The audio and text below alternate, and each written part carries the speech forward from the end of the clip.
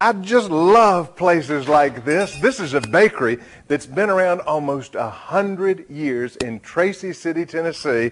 All sorts of bread, jellies, jams, pastries, things that I just adore. Today what I want us to do is see how we make something called potato rolls here in Tracy City, Tennessee. So stay with me. We're going to head downstairs. James is going to show us how it's done.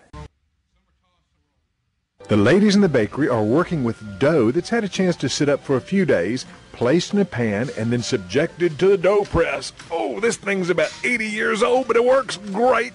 It cuts the dough into a specific shape. They dump this back on the table, and they have to take each individual piece and roll it into a potato roll. This is very time-consuming work, but it's the only way to get it done right.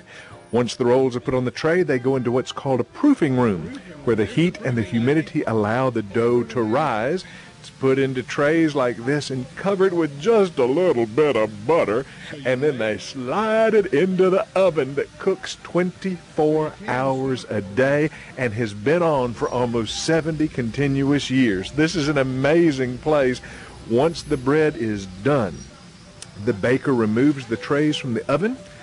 She dumps the bread on a rack, it cools off, and then it finds its way into plastic bags and sits on the shelf for someone like me to drool their way down one aisle and right back up the other. There isn't anything in the world like the smell of warm, fresh, hot bread in the bakery. I just absolutely love it. Let's see what we're going to eat this afternoon. Now, after a hard day in the bakery, there's nothing like sitting down for a little snack. James has been nice enough to teach me about rugula. Did I say it right? Rugulak. Rugulak. Rugulak. Rugulak is a combination of fruit and cream cheese and pastry, and I would say I'd be glad to share it with you, but I won't. It's exciting to be in a bakery. Now, here's what I want you to do. Get out there in the stacks and look up the history of making bread.